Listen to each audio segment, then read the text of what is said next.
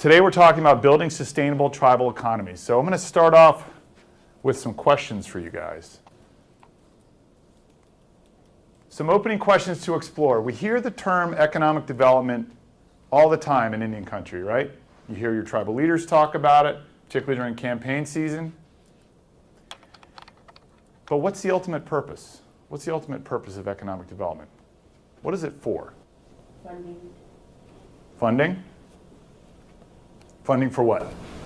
To provide resources that your tribe is needing if it's not directly providing those resources through your economic development. Okay, so it's to generate revenue so that the tribe can use it to address its needs, right?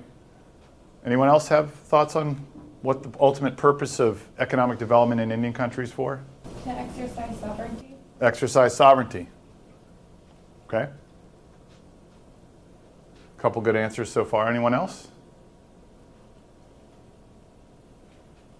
All right. Well, you covered a couple good ones. Now I want to move forward and I want to do you guys heard of a Rorschach test, right? No? It's one of those things where you put a flashcard up and you're supposed to tell me the first thing that pops in your mind. Okay? So is that you guys ring a bell? All right. So when you think about tribal economies, what immediately comes to mind? Gaming. Fry bread. Fry bread. Okay, fry bread and gaming. I wasn't expecting fry bread to come before gaming, but we can work with that. Sorry. I was going to say Navajo Nation president. Navajo Nation president. Okay. So you said fry bread. Why did you say fry bread? I think that's like what a lot of natives use to generate income and Okay. contribute to their economies. Okay. What else?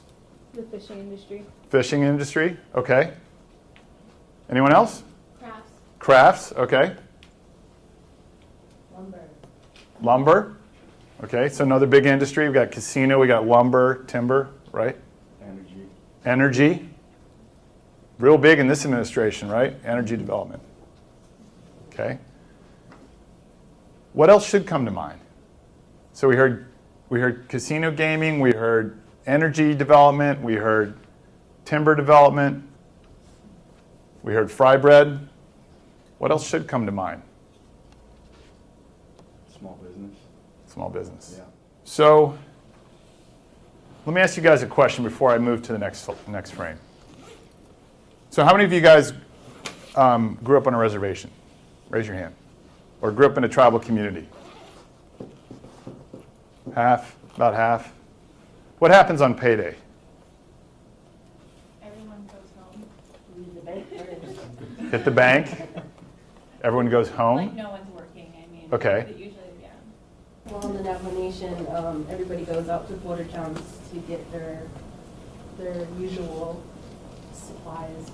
Everyone leaves the reservation to get their supplies, right? You go to Walmart. Go to Walmart. You stole my thunder. Does that ring a bell? That scenario, you've heard that play out before? I call it the payday exodus, right? Every 2 weeks when payday happens, everyone leaves the reservation to go spend the money that they just got, right? So let me ask you a question. Why do you think this happens? Because you live payday to payday, and you by the time it's payday again, it's time to get things for the house. Okay, because people live paycheck to paycheck, right? That's an important aspect of this phenomenon. They live paycheck to paycheck. We don't have the resources like a grocery store on the reservation. Right? You just said it. There's no place to spend your money on the reservation. So you have no choice but to go off. Right? Or maybe there are some places, but they don't have everything that you need. So that's the main reason for this payday exodus. So why, can you think about for a second why that is maybe not such a good thing? We want to keep putting the money back into our own economy. You want to put the money back in your own economy? It's not good financial practice, like for financial freedom or... Okay, it's not good financial practice. So let's look at these three facts. And this is overgeneralizing, I admit, but this is basically what you see across Indian country. First fact, and this is about really the U.S. economy as a whole. Small businesses are vital to the U.S. economy. I mean, you'll hear numbers being thrown out. It's anywhere from a third to a half to 2/3 of all jobs in the United States are created and supported by small businesses, right? And it is true that when you look at small businesses that are owned and operated by Native people, that those are growing at a pretty healthy clip, right?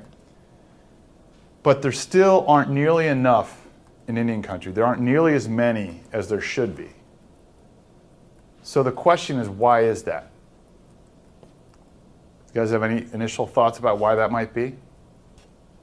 There's lots of different reasons, and I'm going to go over those. But why might you think there's not nearly as many small businesses owned and operated by Native people that there should be? Because the rules, sorry, go ahead. Sorry, I was going to say because the rules are a lot different. The economics are different. It's much more personal if you don't like the family that owns the business, or you're not going to buy whatever they're selling. Okay, so there's rules, there's sort of interpersonal dynamics that might come into play. There's issues with getting credit from banks. Okay. Getting loans.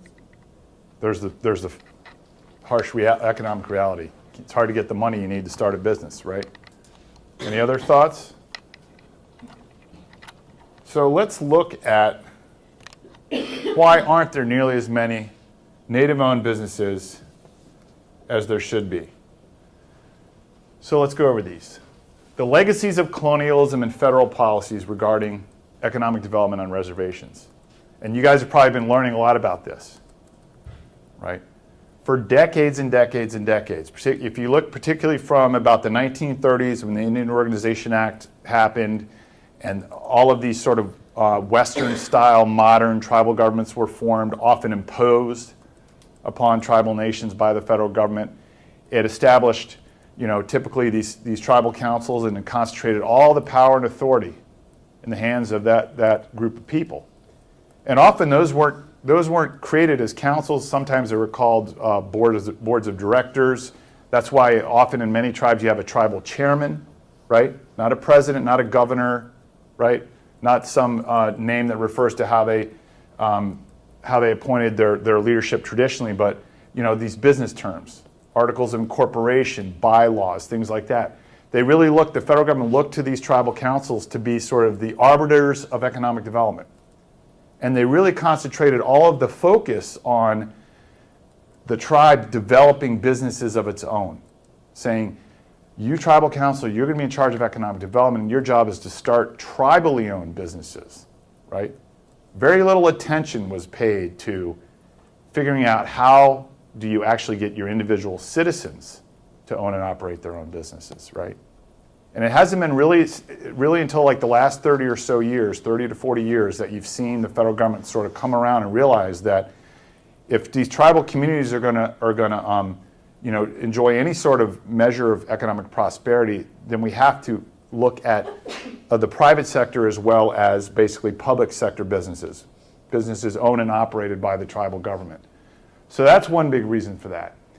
Another big reason is that those policies tended to change all the time, right? So for many years it was natural resource extraction, then the focus might switch to, well, a lot of these tribal reservations are located in very beautiful country, so we're going to pour a lot of money into tribes, starting up tourism-based businesses, and attracting non-native people to come onto the reservation and hunt and fish and what have you, taking the sites. And so there's been very little rhyme or reason to it. And citizen-owned businesses have largely gotten lost in the mix until recently.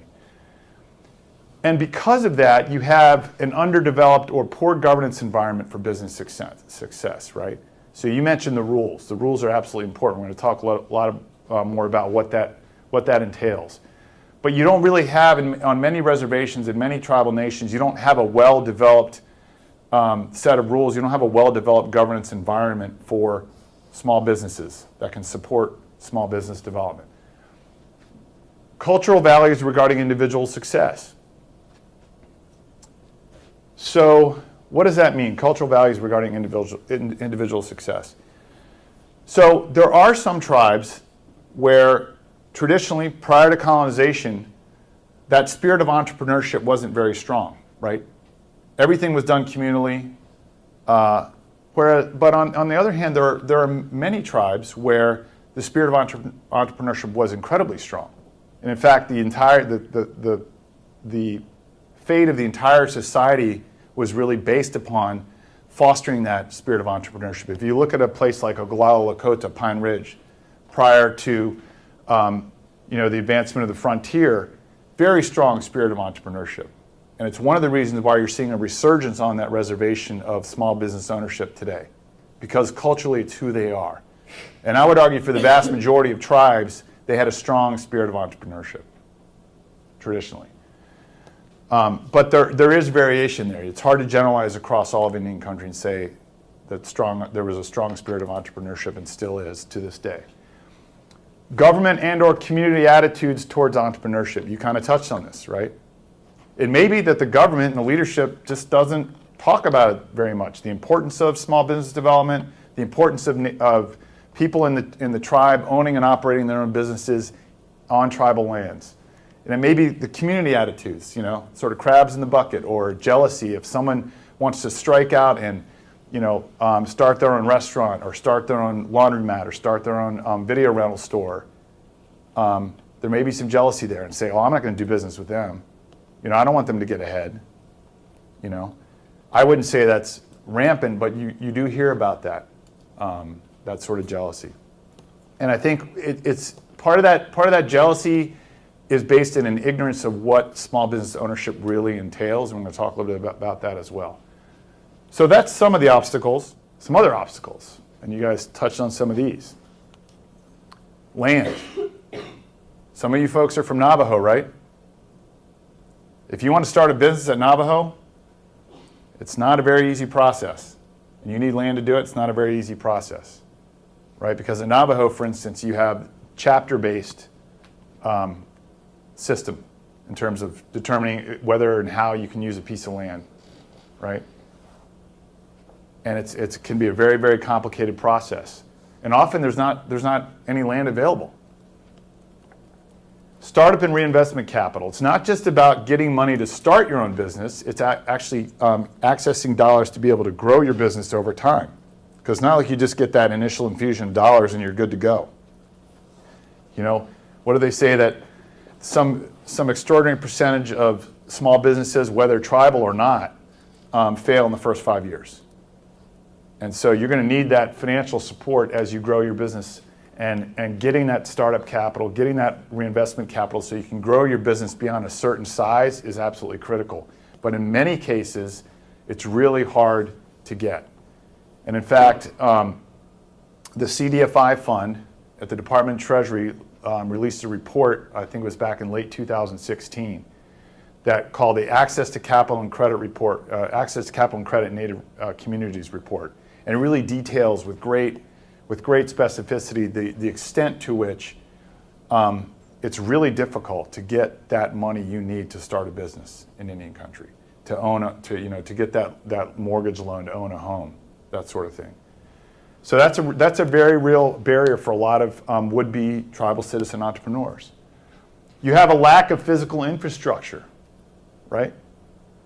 If you want to go if you're a small business owner or a would-be small business owner, you want to go start a business in Flagstaff, Arizona, you're not going to have a problem finding retail space, right?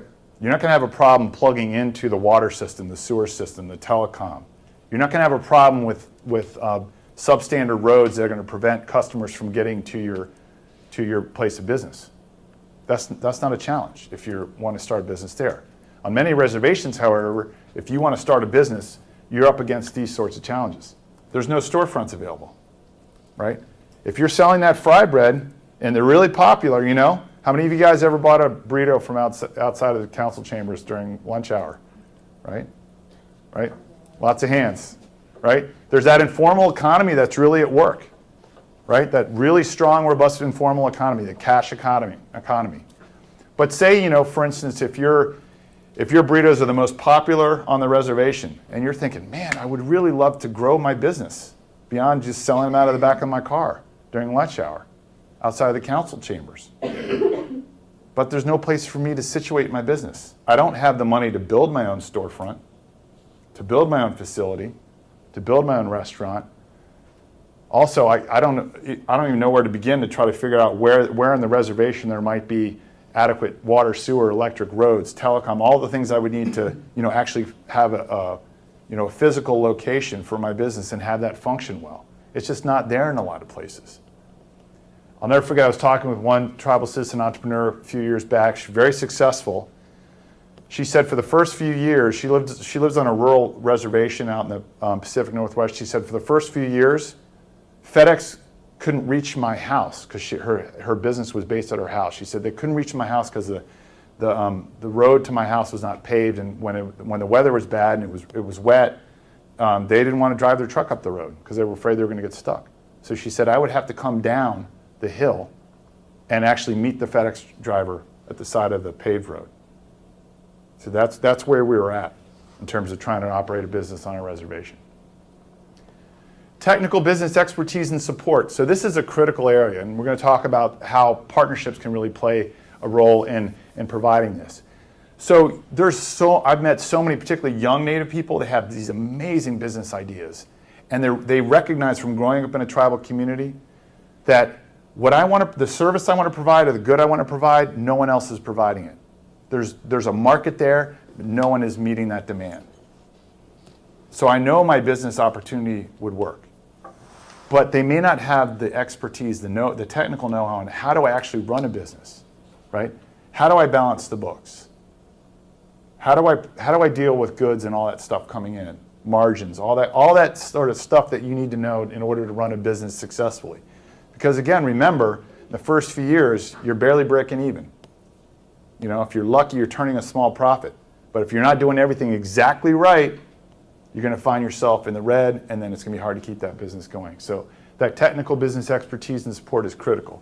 So it's, helping would-be entrepreneurs do a market feasibility study to say, if you provide this good or service, will it work here? Is there enough of a demand here, right? Let's see your business plan. Let's work with you to revise your business plan, to really flesh it out, to make sure that you are prepared to actually carry this thing out. So that's critical. So I've gone over the obstacles, right? There's lots of obstacles, there's lots of barriers, but as I mentioned, citizen-owned businesses are incredibly important. And I'm going to talk a little bit more about why, and why it's worth, as a tribal nation, as tribal leaders, as people in the community, taking a long, hard look at small businesses owned and operated by your own citizens as a fundamental part of how your tribal nation goes about building a sustainable tribal economy, right? And so let's talk about this. First and foremost, most importantly, small businesses strengthen community. I bet you thought I was going to lead off with all the economic benefits, right?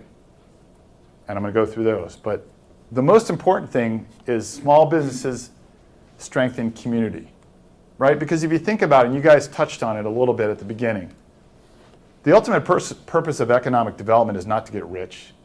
At least in any country, it's not to get rich, right? It's not to become a millionaire or billionaire or what have you. It's to strengthen community. It's to revitalize community. It's to revitalize language. It's to achieve whatever the nation has decided are its most important strategic long-range priorities. It's generating that revenue, generating that economic activity that supports the tribal nation as it looks to forge the future that it has decided it wants to pursue. Right? So let's talk about some of the ways that small businesses strengthen community. First, they send important messages to citizens. Think about it, in so many tribal communities for the last 40, 50, 60 years, particularly since the 1960s, if you wanted a job on the reservation, where did you have to go? Where's the only place you could get a job? In big towns. Okay, if you want to go off the reservation, but within the reservation. Within the reservation, if you want to get a job, where do you have to go? Where do you have to look? Tribal office, right? Tribal HQ. And you still see that today. Many tribes, the vast majority of available jobs in the reservation are within tribal government. They're the only game in town. Now, since the advent of gaming, okay, There's that's shifted a bit. You'll see in lots of places where now it's tribal government or the casino, and that's pretty much it. If I want to stay on the reservation, I'm looking at getting a job in one of these two places. But if you think about it, if you have a robust array of small businesses at work in your community, you're presenting your young people with different options, right? They can think to themselves, I don't feel like I'm cut out for a job in tribal government, and I don't want to go work at the casino, but wow, I could own my own business here, doing X, Y, or Z. If tribal government and tribal casinos aren't for me, I can still stay on the reservation and raise my family here, build a career here. They provide positive role models to youth. Positive role models to youth. You see people out in your community that are self-sufficient, self-reliant, working 10, 12, 14-hour days to make their business a success. So they're seeing those sorts of role models out there, going above and beyond, going the extra mile to say, I'm going to provide for myself, I'm going to provide for my family, and I believe in my community. And as one tribal citizen entrepreneur said, we provide hope for the future. The sense of energy and excitement that more and more is happening. More and more small businesses are taking root and grow. We're growing, we're a thriving, increasingly thriving community. They retain talent. They help to keep some of the nation's young, energetic, bright citizens with ideas at home, right? Say, for instance, if your tribal government suffers from, a lot of political infighting and, whether you can get a job, keep a job within tribal government, kind of depends on who you know, right? Kind of depends on if whoever you voted for in the last election actually won that election or not, right? A lot of people in those situations, they get fed up and they're like, I'm out of here, If they're driven, if they want to make a difference, if they've got an education that they want to apply, to again forge a career, provide for their family, they're going to go somewhere else. But with small businesses, there's another opportunity to keep them at home. As I mentioned before, if you're owning and operating a small business, you're not sort of a slacker. You're going to be busting your hump every day. And your nation needs those kind of people working in the community. They address community needs. And again, this kind of ties back to what I was sharing before about where that ignorance comes from among some people in the community not understanding what small businesses are all about and what small business owners are all about. And I'll never forget, I was working at Pine Ridge many years ago, and I was talking with one of the citizen entrepreneurs there, and she's very successful, and she had grown her business from just a couple employees to she was employing like 40 to 50 people. So it had really taken off, and she said, I could have gone somewhere else and made a lot more money. A lot more money. Given the education I have, given the skills I have, the experience I have. She said, but I believe in my community. And she said, that's why I'm here. And that's what you see commonly across Indian country is Native people who make this leap of owning and operating their own business on tribal lands. They're social entrepreneurs. They do it because they care about community. They're not doing it because they're trying to get rich. It's not a get-rich-quick scheme. It's not. The end goal is not, to become a millionaire like it is for perhaps small business owners elsewhere. There's a real commitment to community that you see, and that's why the social entrepreneur term there. And we're going to talk a little bit more about that. They improve the quality of life. When you have small business, a vibrant private sector at work in the tribal community, it provides people more choices, right? We kind of touched on this at the beginning. You don't have to go 130 miles to the closest Walmart to go get all your groceries and any other goods and services you might need. You can do that right here at home. And it just creates that more robust feeling of community. There's more stuff going on. You see more people, out and about. There's more things going on. They strengthen citizens' personal and financial well-being. So what does that mean? Well, for one, if you're not spending all that time in the car, driving off the reservation to every payday, you're spending more time at home. You're spending more time in community. You're spending more time with family. So that's important. And in the process of that, you're saving money. So while, if you have a convenience store on the reservation in the main tribal village, they might charge, 25 cents more for a bottle of soda than Walmart does, but you're also spending, $10 for 4 gallons of gas, 6 gallons of gas, however long it takes you to get to Walmart. So do the math. I think if you looked at the cost in total, more often than not, it's cheaper to shop locally than it is to go off reservation. And we're going to talk about some of the other reasons why that's important. And it's not just gas money; it's wear and tear on your vehicle. You're not having to get a new car every 6 years because you're putting 100,000 miles on it, 120,000 miles on it in 6 years. You're not having to bring it into the auto repair shop as often. You're not having to get tires as often, things like that. So sort of zero-sum game, it's really cheaper to shop local than it is to go off the reservation. So small businesses also strengthen tribal government and sovereignty. And one of you guys picked up on this at the beginning. They broaden the development effort. So think about back to what I said before about one of the reasons why there aren't as many small businesses in Indian country as there should be. It's because of federal policies, right? And I've heard many tribal leaders tell me this sense of being overwhelmed with this burden of it's my job to not only govern well, right? Not only to govern effectively in my role as a political leader, but I've also got to figure out how to turn a profit, right? And the entire nation is looking at me and my colleagues to build a thriving tribal economy. Just us. And maybe a few economic development planners that we have in our office, right? It's all on us. That's the feeling that they've conveyed. But when you have small businesses at work owned and operated by tribal citizens, you've now got partners in that effort. It's not just tribal leaders' job to build an economy. They have an important role to play, yes, but it's not just them. You have partners in this effort now with your own citizens saying, I'm an integral part of this equation, and we need to work together on this. They strengthen tribal sovereignty in a couple of ways.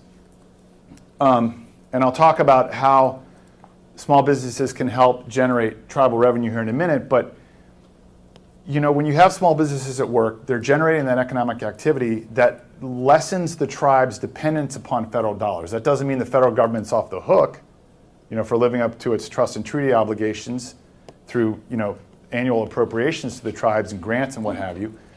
But you're helping to strike a more even-keeled balance, a more healthy balance between dollars coming in from the outside, economic activity coming in from the outside in the form of federal dollars, and the dollars that you're able to generate and hopefully circulate within the community, right? And another thing this does is for every small business that you see start up in your community, that's at least one person that's now self-sufficient. And often it's not just that one person, it's a few family members, maybe it's a few friends, several employees, particularly over time. I mean, if you look at a reservation community like Kyle at Pine Ridge, the first time I went out there, you saw maybe 2 or 3 small businesses. Now you go out there and there's like dozens of them. And just do the math. Think about how many people now are employed in the last 20 or so years. If you go from, say, a handful, a half dozen or so businesses to now you got 3 dozen businesses operating in that community. Say each of them has 3 employees, just on average, that's being very conservative. That's 105, 110 tribal citizens that were once reliant on the tribal government for their welfare, who are now reliant on themselves, right? So that lessens the burden just across the board on tribal governments of people for their livelihood, right? Because you have fewer people that are coming to the tribal government every month saying, I need money for this, I need money for propane, what have you. So that's important as well. So let's talk about some of the economic benefits. Generate jobs, kind of touched on that already. They strengthen the multiplier effect, and someone touched on this earlier. This is absolutely critical. Anyone want to take a stab at what the multiplier effect refers to?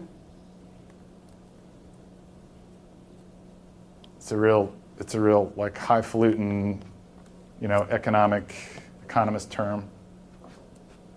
It basically means you want to keep the dollars on the res as long as you can.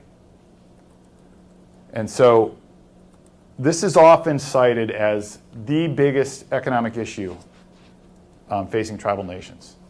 Tribal leaders talk about this all the time. We had a session at our NCAA annual convention last fall, and this was on economic development, and this was the number one issue that tribal leaders brought up, the multiplier effect. The dollars that we generate through our own economic activity, whether it's gaming or what have you, tribally owned businesses, the dollars we bring in from the outside, it can be federal grants, state dollars coming in, they originate and then they're gone quickly. They leave. And so if you think about it, if you think about a tribe that has the tribal government and maybe a casino and very little else, there's economic activity, but there's no real system of commerce, right? There's no marketplace. There's no ability for the tribal nation to turn those dollars over and over and over and over and over again before they eventually leave. And when you don't have that situation, you limit your ability to create jobs and to generate income for your people, right? And there's been many studies done on this over the last few decades, tribal-specific studies where you'll have a situation where from the time of payday, for instance, 80 to 90% of the money leaves the reservation within 24 to 72 hours. It's like poof, it's gone. And where's that money going? It's going off reservation. It's going to Walmart. Is Walmart going to be reinvesting in the tribal community? No. Right? So you're losing that impact forever. That money is employing Walmart workers living off the reservation. It's not employing people on the reservation. So you have that high economic leakage in a lot of tribal communities that more and more tribal leaders and key decision makers are really starting to target like a laser now. They're saying, we have to deal with this issue. And in so doing, they're saying, we can't really deal with it unless we have small businesses that can provide the goods and services that our people need on the reservation. That's the way we keep it turning over and over in the community. Another benefit, they help to build a tax base, right? I've often heard someone call the word tax a four-letter word in Indian country, right? No one wants to talk about taxes. But a growing number of tribes, Navajo included, they levy a sales tax or a gross receipts tax, modest, competitive with off-reservation nearby towns. Because think about it, how do governments everywhere function? Taxes, tax revenue. That's the number one way. And so tribal governments have to look at that as a real potential source of income. So, is it a 3% sales tax at the convenience store? And then that's discretionary dollars that the tribe can use any way it wants. It doesn't have to wait for the federal government to tell it how to use that money, because it's their money, right? It's not the Fed's money. It's discretionary revenue they can do with whatever they want with it. They can put it into language revitalization. They can put it into workforce development. They can put it into whatever they and the community have determined to be their top priorities. They help to build reservation wealth. And I've seen this in action. So if you think back to what I shared about tribal citizen entrepreneurs or social entrepreneurs, they don't start small businesses on the reservation to get rich. They do it to gain a sense of individual and familial self-sufficiency and to provide for the community. And often they reinvest those profits in the local community. Think about like the basketball tournament. Oh, we need a donation from X and X store on the reservation to help the basketball team get to that tournament, or to give them new jerseys. That's what these small businesses do. They do these kinds of donations, these kind of in-kind contributions. Small businesses also make the economy more resilient, right?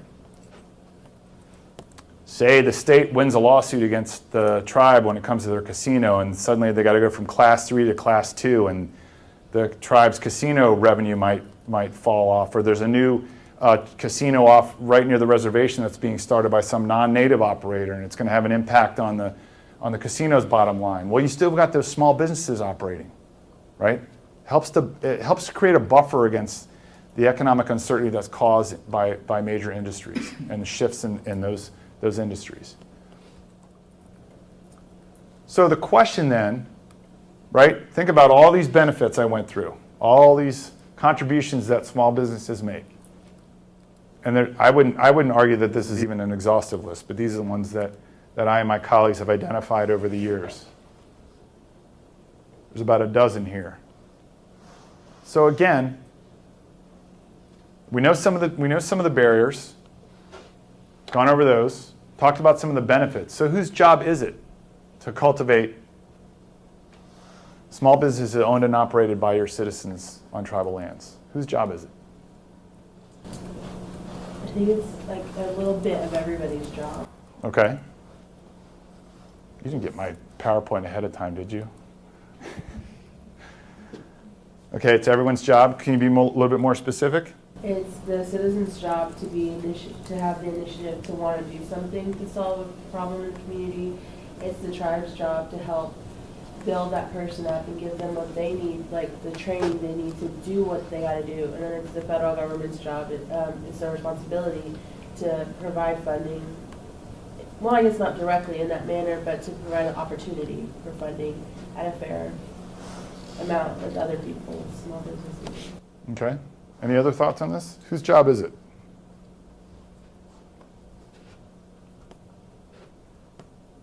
Who should play a role?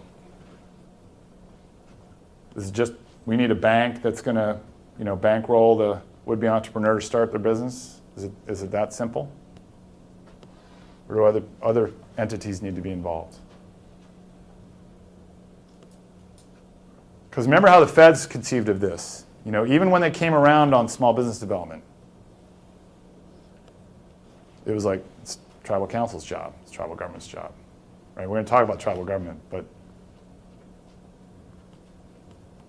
I think it's up to the people to buy into the idea of small businesses, because I think it's something that people don't really see value in, tribal citizens. Tribal citizens, right? Reservations. So how do they buy into the idea of small businesses in their community? They watched a presentation like this. How do they do it with their wallets? They need to buy local, They right? need to buy local, right? I don't think it's a hard sell, right? Small business is an act of sovereignty, of your personal sovereignty. And if you really want tribal sovereignty, why not extend that to the individual? That's a very good Yeah. point, and something I hadn't thought of for this presentation. But if you think about tribal sovereignty, and I've heard this shared by tribal leaders, tribal sovereignty starts with the individual. The tribe can't be sovereign unless the individuals that compose that tribe are sovereign, right? And that's a very complex challenge, and it goes far beyond small business development. But I've heard this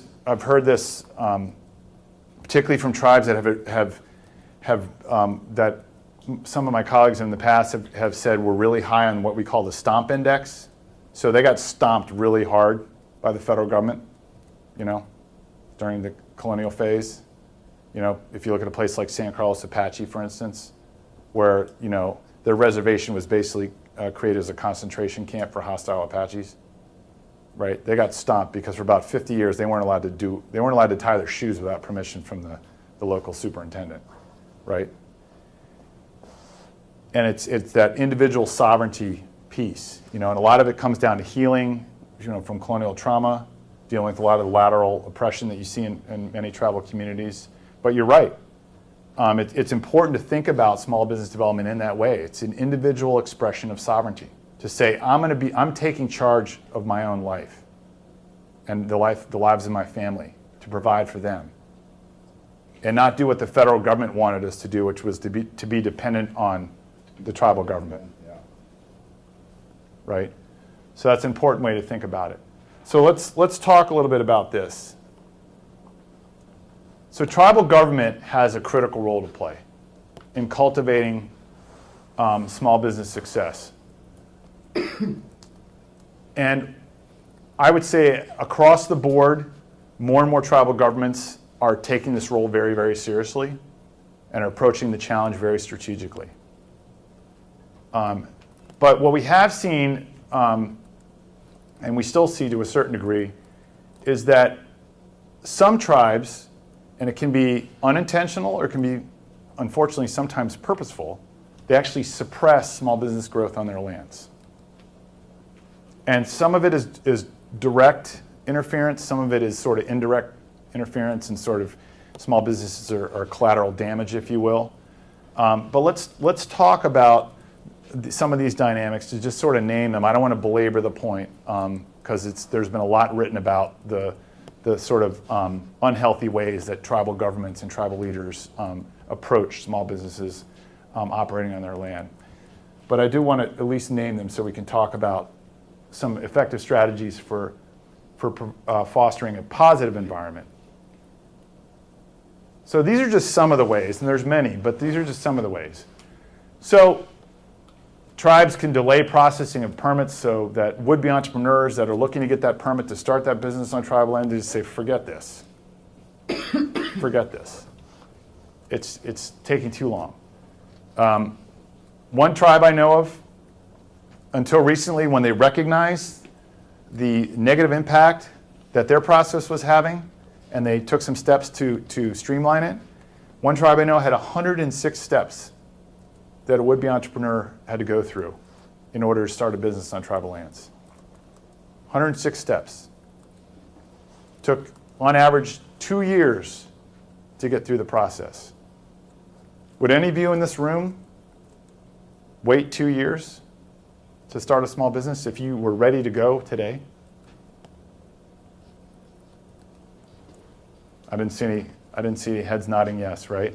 And that's the effect. Is very few people made it through that gauntlet, right? And in fact, the final, when this was at 106 steps, the final step was the Secretary of Interior's office had to sign off. The U.S. Secretary of Interior's office had to sign off on that business permit. That'd be like President Obama signing off, you know? I mean, how absurd is that, right? So that's one way that we've seen tribal governments discourage citizen-owned businesses. You can load them down with unnecessary regulations, right? Any kind of regulations, environmental, what have you. Making tribal would-be citizen entrepreneurs go through processes that you don't make others go through, or extending some sort of blanket regulations to would-be small business owners that really they shouldn't be regulated in that way. Impose punitive taxation and fees, which often forces them to fold, those businesses to fold, or they compete directly with their own citizen entrepreneurs. And this is a sort of a knee-jerk reaction phenomenon we've seen unfold in a few places. So tribal leaders, they got into office on a platform of jobs and income now. We're going to be different. We're actually going to get some economic development going around here. My constituents want jobs. We're going to get them jobs and income now. We're going to figure out ways to raise, increase tribal revenue so we can, fund all these social service programs, et cetera. They see small businesses start to take root and grow, and they look really busy, and they look like they're really succeeding. So let's figure out a way we can capitalize on that. And so they'll say, well, they look like they're making a mint over there at the new C-store that tribal member started. So let's impose a punitive tax on them. The point where they can't stay in business. 10, 15, 20% on gross receipts, for example.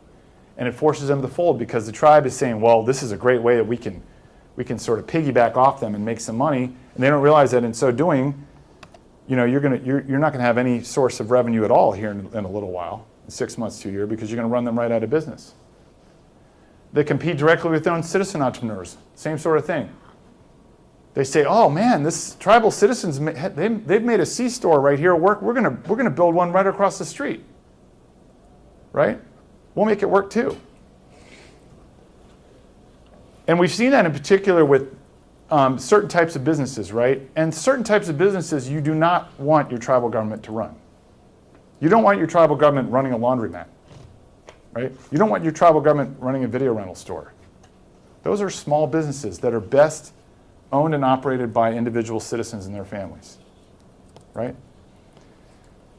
They ignore citizen-owned businesses as commercial vendors, right? So we talk about valuing small businesses.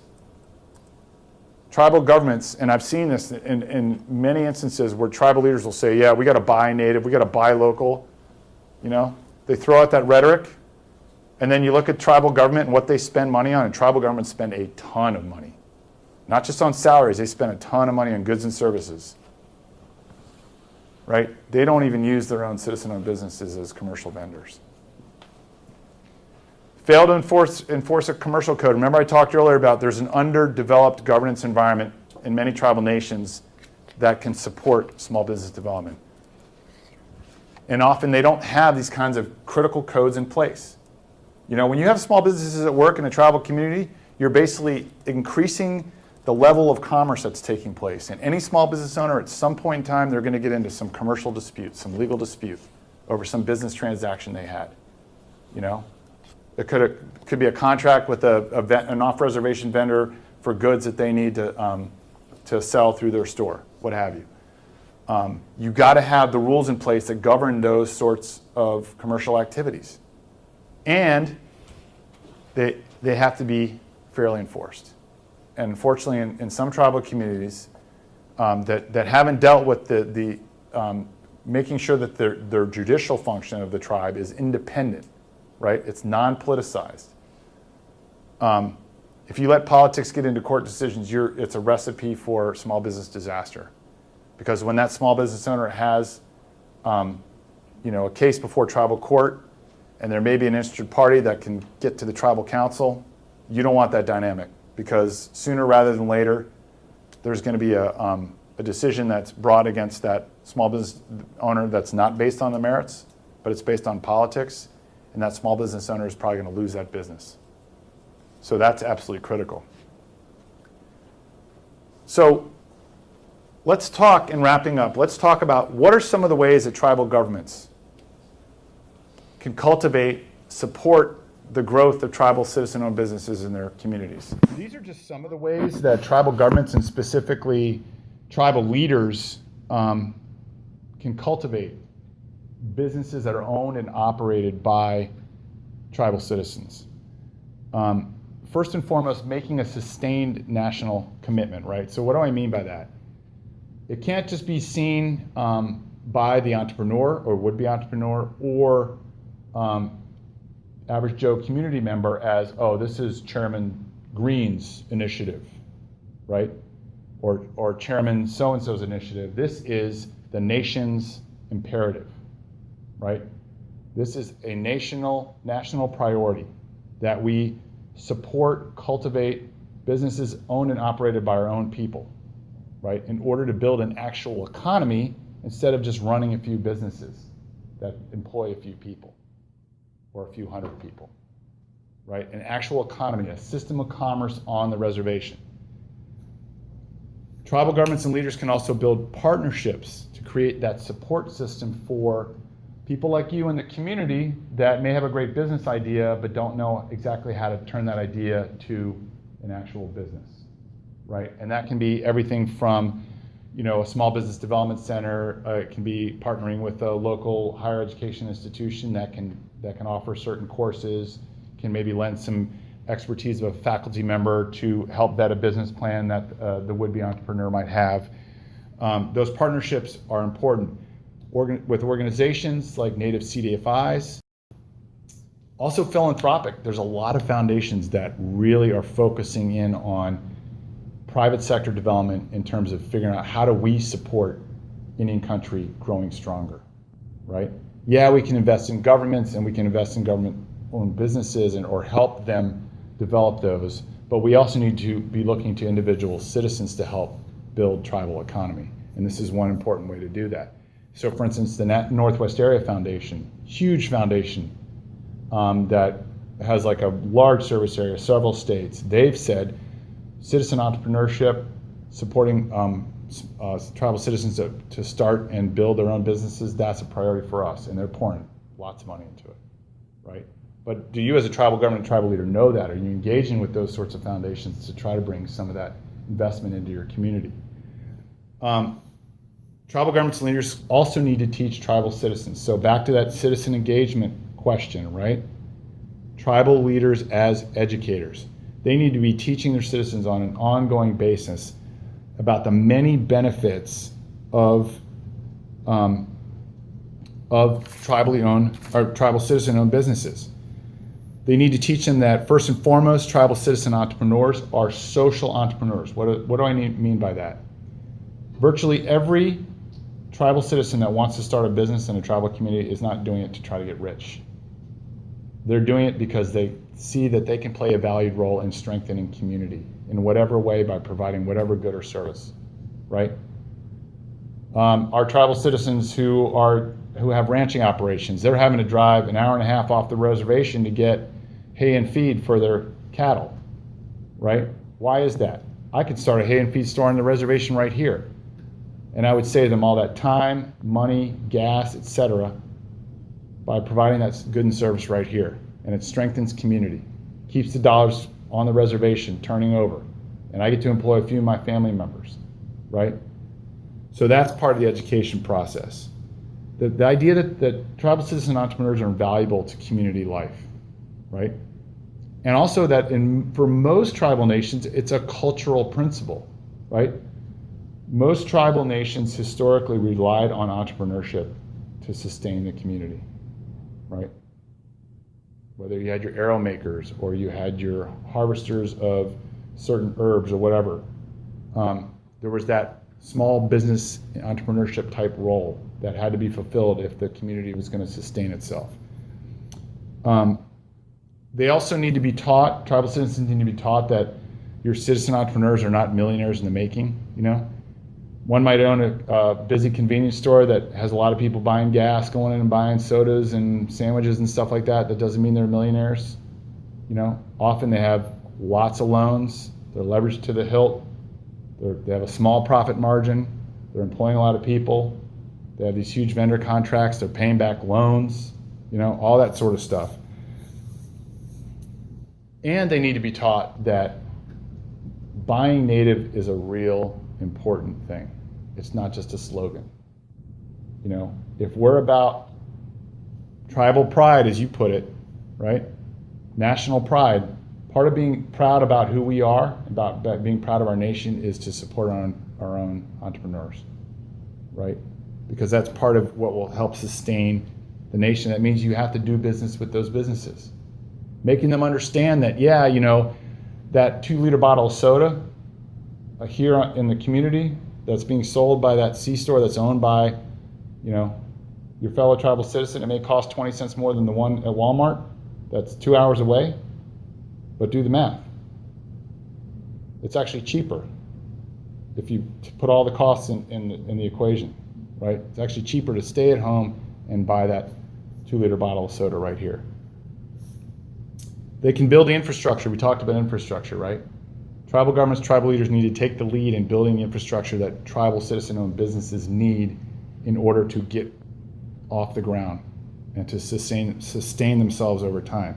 That's everything from land, water, sewer, electric, telecom, roads, you name it. Easier said than done. Tribes that are doing this are being incredibly innovative, but it's absolutely important. Creating sensible regulations covering all of these things: land use, zoning, site leasing, environmental codes, commercial codes, secure transaction codes, you name it. You know, and so part of that is really assessing what do you have in place right now, and is that helping small businesses or is it inhibiting them? Is it preventing small businesses from even getting up and running? So you've got to really do that governance assessment and figure out what sort of rule-making work that you need to undertake. Provide financing services, providing technical services, right? So startup loans, lines of credit, credit counseling, some of those technical services I talked about earlier. You know, how are you preparing your people to actually succeed in business? right? And it may not be that the tribe can undertake all of that itself, because it may not have the resources to do so. But through partnerships, again, it can make that happen. Through partnerships with other governments, through partnerships with nonprofits. We've really seen small business development really take off when the tribal government and the native CDFI, the Native Community Development Financial Institution, that's why they call it CDFIs, right? Because nobody can say that. When they're working hand in glove together with an eye towards building that private sector, you're seeing just extraordinary things take place. Do business with those businesses. Do business with those businesses. And I want to share a couple quick examples on this. So remember that economic leakage, right? The bad stuff that takes place, the limited ability of a tribe to build an economy when you have that really low multiplier effect, and you don't have those dollars turning over. Well, what better way to start to get those dollars turning over than to do business with those businesses? So it's not just your citizens doing business with those businesses, it's the government doing business with those businesses. So how do they do that? One of the ways they do that is they develop procurement policies, right? So take Salt River, Pima, Maricopa Indian Community outside of Phoenix, for instance. They looked at their governmental spending, and I can't remember exactly when this was, maybe 15, 20 years ago, and they said, wow, like 80 to 90 cents on the dollar that they were spending was going off the reservation. And this is common for tribes, So one of the things we've been encouraging tribal governments to do, tribal leaders to do, is assess what money the government spends on goods and services, on operations versus salary, and see how much of that is actually being spent, with entities on the reservation, with entities owned and operated by our people. And more often than not, the vast majority of the dollars are going straight off the res. And they said, we recognize the drawbacks of that, so we're going to develop a procurement policy that puts our own businesses, the businesses that are owned and operated by our own people, first. And that doesn't mean it's a free ride for our citizen-owned small businesses. They have to go through a very rigorous process to get certified as an official Salt River tribal vendor. But when they do, they're at the head of the line. There's a group of First Nations in Canada called the Meadow Lake Tribal Council. They've actually taken this one step further. So they got together, a group of 9 First Nations, got together for economic development purposes, and they created this intertribal council. And they started creating these ventures in major industries like mining and timber and things like that. And they said, well, we're going to do procurement where we prioritize doing business when we need a good or service to sustain these industries, to keep them moving along. We're going to prioritize businesses that are owned and operated by members of any one of these 9 First Nations. And where we need a good or service, where there's not currently a business owned or operated by a member of one of our 9 First Nations, we're going to help a tribal citizen create one and put them through the certification process and make sure that over time, every single good or service that our major industries that we've banded together to operate is being supplied by a tribal vendor. Pretty cool. Last, but certainly not least, provide efficient and effective dispute resolution. So you can do all of that other stuff I was just talking about, these strategies, right? You can do all this stuff. You can do all that stuff, and if you don't do this last thing, you could wreck it all. This is absolutely critical, and it's not just critical for small business development, it's critical for everything that tribal nations want to do as they work to rebuild their nations and their communities. You need to have this fair and independent system for resolving disputes, for administering justice. This is absolutely critical. And that's why you're seeing so many tribes work on this issue, is to create that impartial forum for where disputes can be resolved based on their merits and not based on who you know. So that's really important. And we're seeing more and more tribes actually start business courts, commercial courts, specifically focused on regulating commercial activity. So this is the challenge. It's really about creating an environment. It's not about picking the next winning small business that can work in your community. It's about creating that environment where that's welcoming to your would-be entrepreneurs. It's welcoming to your talented people that want to forge a life and a future in their community by providing these goods and services through their small businesses. And it is the job of government, but as someone said earlier, it's not just the job of government.